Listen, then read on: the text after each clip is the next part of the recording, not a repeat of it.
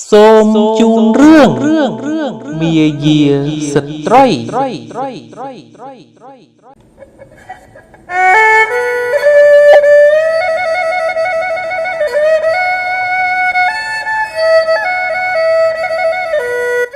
កាលពីព្រេងនាយ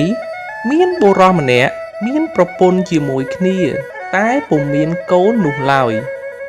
លុះយូរទៅប្រពន្ធនោះលួចមានសហាយក៏នាំសហាយមកដេកនៅក្នុងផ្ទះរាល់ថ្ងៃ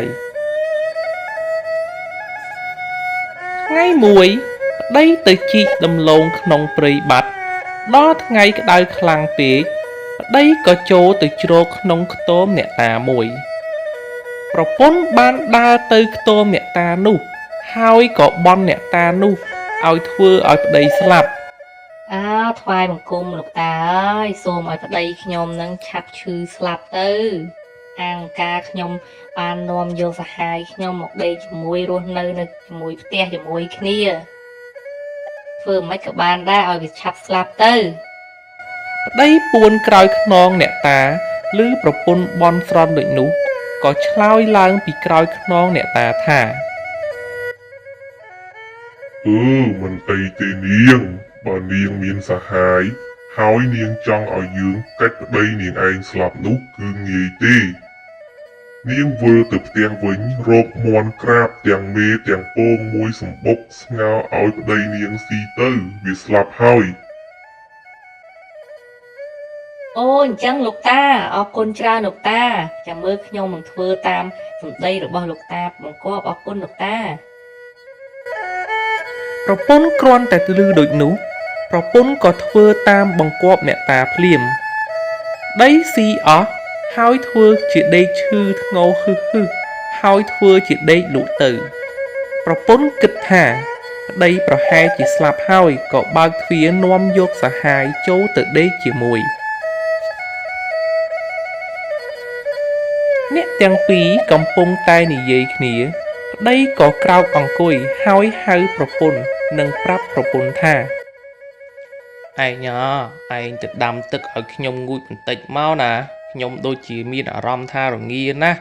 ហើយកុំភ្លេចទៅយកទឹកត្រជាក់មកក្អមមកជាមួយផងព្រោះខ្ញុំចង់យកវាមកលាយជំរាបមិនអីទេឯងចាំគ្នាទៅដាំទឹកក្តៅឲ្យនេះទឹកក្តៅ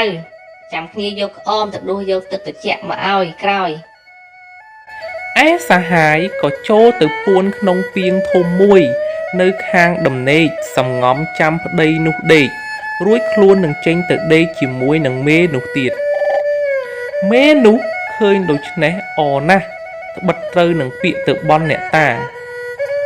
ពេលនោះប្តីក្រោកទៅលើកទឹកពុះមួយខ្ទះនោះទៅស្រោចលើសហាយដែលនៅក្នុងពាងនោះស្លាប់ទៅហើយទៅដេកវិញធ្វើជាឈឺធ្ងោហឹសទៀតមេនោះវិលពីដងទឹកមកវិញមើលទៅឃើញសហាយត្រូវទឹកក្តៅរួញសរសៃដោយគេដកកចេញពីពាងនោះក៏ស្ទុះទៅជិតអោនខ្សឹបថាណែឯងព្រមដេកអោនពួនសិនទៅពួននៅក្នុងពាងនឹងសិនទៅវាមិនទាន់ដេកលក់ទេឯងក៏មិនព្រមពួនវាឃើញឥឡូវហើយអាសហាយនោះនៅឆ្ងក់ដដែលមេនោះក៏បានយកដៃទៅជ្រមុជនឹងស្លឹកត្រចៀករលេះស្លឹកត្រចៀកនឹងជ្រុះស្រក់មកទើបដឹងថាប្តីយកទឹកក្តៅស្រោចសហាយស្លាប់ទៅហើយមេនោះពុំស្ដីរួចក៏យកគម្របពាងមកគ្របហើយយកទឹកឲ្យប្តីងូតជាធម្មតាឯប្តីក៏មិនស្ដីដែរទឹកក៏មិនងូតលុះព្រឹកឡើងមេនោះពុំដឹងគិតដូចម្ដេចនឹងយកខ្មោចឲ្យរួចចេញផុតពីផ្ទះក៏នឹកឃើញល្បិចមួយក្នុងស្រុកនេះគឺមានចៅ4នាក់ដែលតែងតែលបលួចអីវ៉ាន់អ្នកផងសពថ្ងៃគ្រប់ភូមិគិតហើយមេនោះក៏ដើរខ្ចីសម្ពុតហូលអាវព្រែយកមកហាលជុំវិញផ្ទះឯចៅទាំង4នាក់នោះឃើញហើយគិតថានឹងទៅលបលួចវាឲ្យបានកុំខាននៅវេលាយប់នេះយប់មកដល់ចៅទាំង4នាក់ក៏បបួលគ្នាទៅលួចក្នុងផ្ទះចៅរោគរបស់នោះពុំឃើញប្រទះឃើញតែពាងមួយចងមាត់ជិតបើកពុំរួចទើបបបួលគ្នាសែងពាងនោះយកចេញទៅ លុះសែងពីងដល់ព្រៃចៅទាំង4ក៏បានស្រាយមាត់ពីងលូកមើលអាមួយលូកដៃទៅត្រូវស្លឹកត្រចៀកត្រូវភ្នែកច្រមុះរួចក៏ស្រែកថាខ្មោចទេវើយអាមួយទៀតមិនជឿក៏លូកដៃទៀតត្រូវដើមទ្រូងដឹងថាខ្មោចមែនក៏ស្ទុះរត់ចោលហើយខឹងណាស់ត្បិតមេនោះបញ្ឆោតឲ្យសែងខ្មោចយកមកចោលយើងឃ្លាំមើលមេនោះបើឃើញវាដើរទៅណាតែម្នាក់ឯងយើងត្រូវចោមរោមចាប់វា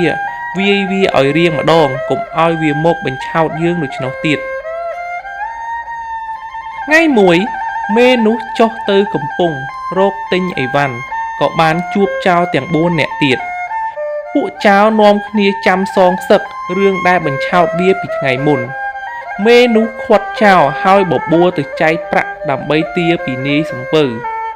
ចៅទាំង4ក៏បបួលគ្នាទៅតែមេនោះប្រាប់ឲ្យឈរចាំនៅលើច្រាំងកាលណាវាបក់ដៃឲ្យមកចាំចុះមក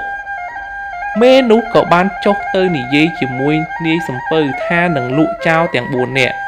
និយាយត្រូវថ្លៃគ្នាហើយវាក៏បក់ដៃហៅចៅនោះចុះមកចៅទាំង4នាក់គិតថាមេនោះហៅឲ្យទៅយកប្រាក់ទើបនាំគ្នាដើរចុះទៅដល់ស្រាប់តែនាយសំពៅចាប់ដាក់ច្រវាក់នៅនឹងបាតសំពៅទាំងអស់គ្នាមេនោះក៏យកប្រាក់ឡើងមកលើបាត់ទៅ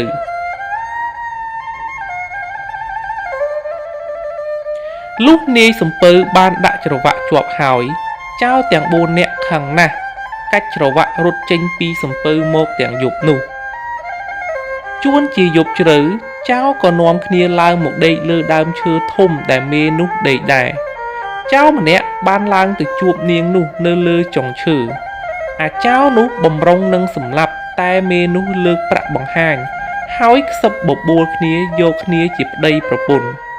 អាចៅខិតចូលទៅចិត្តប្រឡៅមេត្រីជាមួយមេនោះពុំបំរះហើយនាំគ្នាលិតអណ្ដាតបញ្ជាក់ពីភក្តីភាពអាចៅលិតអណ្ដាតហើយលៀនអណ្ដាតឲ្យមេនោះលិតវិញមេនោះខំអណ្ដាតអាចៅនោះដាច់មួយកំណាត់ហើយច្រានទម្លាក់ពីលើដើមឈើរហូតដល់ដីស្រែកឮតែលល